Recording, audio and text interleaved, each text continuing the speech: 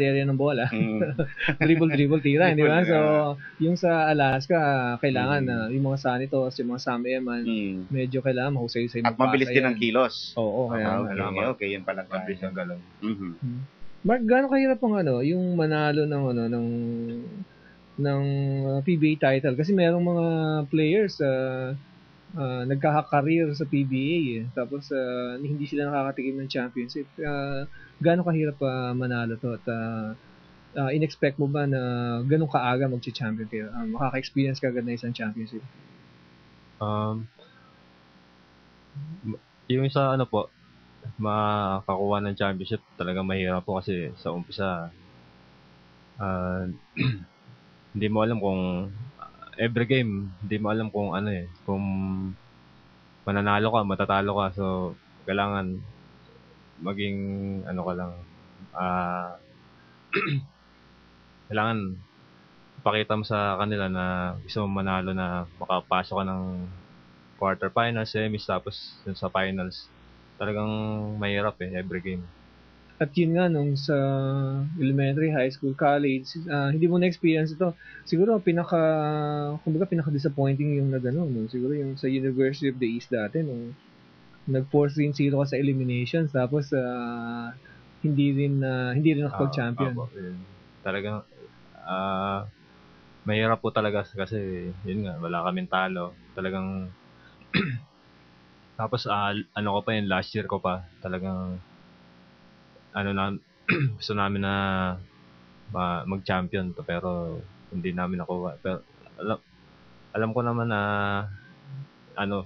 hindi talaga para sa amin yung yung championship na yun.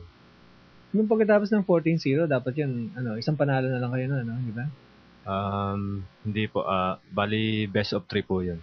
Ang kalaban niyo nun ay Lasal. At na 2 in a row kanila o nanalo kayo ng 2-0 po. Diretso sila. Coach mo lang si Dindo, hindi ba, na Apo. nag-recruit sa'yo from Jose Rizal College? Apo. Kasabay mo lumipat sa UE si Elmer Espiritu. Kwento mo naman kung paano kayong paano kayong na-discover ni Dindo at dinala niya kayo sa UE from JRU. Bali, ang talaga pong nakita ng si Elmer Espiritu nung naglalaro po sila sa San Juan, so parang nagkalaban sila ni Coach Dindo doon, tapos pinausap na siya ni Coach Dindo na kung gusto niya pumunta ng UE.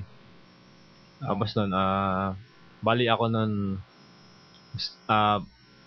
ko na rin po yun na talagang lilipat na ako.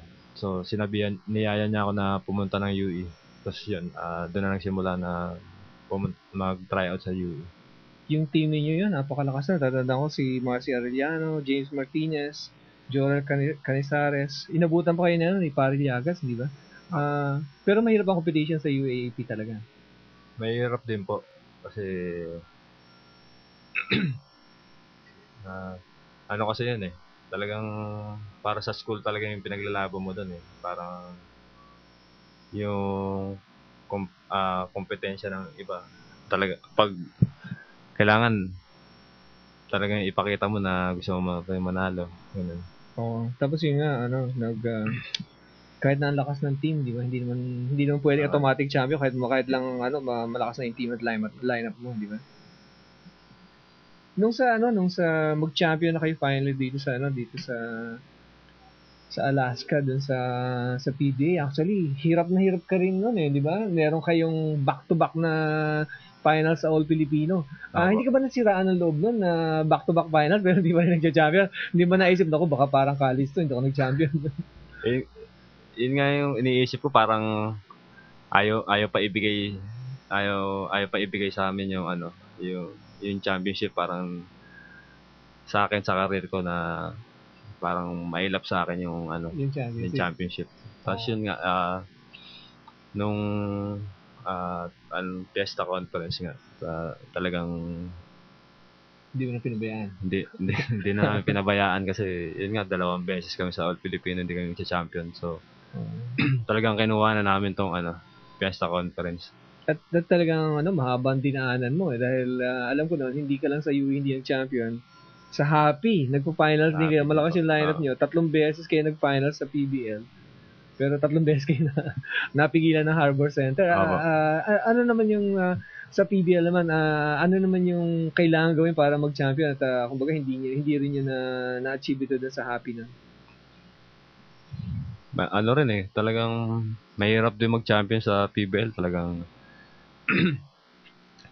kahit na malakas yung team mo, di mo masasabi na magcha-champion ka kagad kahit nasa top ka. Sa pagdating ng finals, di mo alam kung magcha-champion ka o hindi. At ang Happy malakas ang lineup mo noon, di ba? Mark Borboran, may Gabe Norwood ka pa noon, di ba? Tapos sila Larry Rodriguez. Oo. Kaya lang ganun talaga yan, di ba? Ganun po talaga. At nakakapagtaka nga at nakakatuwa rin siguro na nung finally mag-champion kayo dun sa Alaska Aces, actually kumbaga pinakamahirap na pinagdaanan ng Alaska dahil natatandaan ko noon yung mga past few conferences niya, past few seasons, diretsong semis ng Alaska. Pero ngayon, nagdaan kayo sa quarterfinals, di ba? Nagdaan kami ng quarterfinals. Tapos yun, pagdating ng quarterfinals, umabot kami ng Game 5. Tapos, nung semis, abot kami ng Game 7. Game 7. Kasi nung finals hanggang Game 6. Talagang parang wala halos kaming pahinga, dire-diretso yung game namin. Oo. At quarterfinals pa lang, hirap na kayo dahil alam ko noon, ang kalaban mo, Barangay Ginebra, di ba? At nung pinag-usapan nga namin dun sa PBA press room noon, nung matapos na mag-champion na kayo, finally, tinotal yung score nung dalawang team sa 5 laro. At saktong-sakto pareho. Kumbaga kung ini-score ninyo na 5 games, ganoon din ang ini-score ng Ginebra. Kumbaga ganun kadikit. Inaasahan mo ba na ganun kahirap ba lampasan ang team ng Ginebra? Talagang inaasahan na po talaga namin yun na talaga pong mahirap kalabanin yung Ginebra kasi yun nga, malakas na yung team nila tapos parang kasama pa yung crowd nila sa game. So yun talaga mas mahirap. Sa semifinals, kalaban yung Token Tex, Sean Daniels, tinrade nila lahat ng players nila na malalaki noon. Napansin mo ba? Natirang players sila doon. Sean Daniels na malaki at tapos lahat maliliit na at so ang style talaga ng Token Tex ay takbo sila ng takbo. Gaano kahirap naman talunin ng Token Tex? Mahirap talaga, sobrang hirap din kasi yun nga, halos lahat sa kanila gumagawa talaga kahit sinong may hawak ng bola pwedeng umiscore. Tapos yung import pa nila na talagang sa loob, mahirap bantayan sa loob. Yun, talagang lang, tiyaga lang talaga.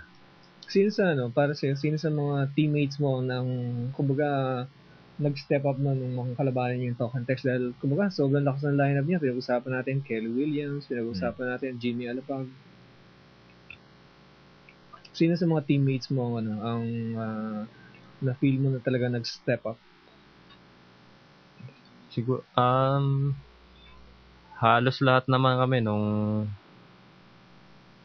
simula sa first group, marami, na rin yung nag-step up nun halos lahat kami tulong-tulong yung scoring namin kalat-kalat talaga. Pati ikaw, pinag-i-score nila nun, di ba? Opo, bali lahat kami talagang mayroong contribution sa team. Sino baling assignment mo nun? Sino pinabantayan sa'yo ng kalaban mo Token Tex? Si Dylan Jam. Oo, napakabilis nun, malaki rin. Tapos si Kelly Williams po. Si Kelly Williams, kumbaga ngayon siguro yun ang pinakamahusay na PBA player ngayon. Athletic, may tira, may dribble, di ba? Talagang siya. May tira sa labas, tsaka drive. Malakas din tumalon, ganyan. Tapos anong ginawa mo? Paano mo nabantayan si Kelly Williams? Rin po siguro, talagang pag sa depensa kailangan mo rin talagang maging active ka. Talagang kailangan alam mo yung gagawin ng nung babantayan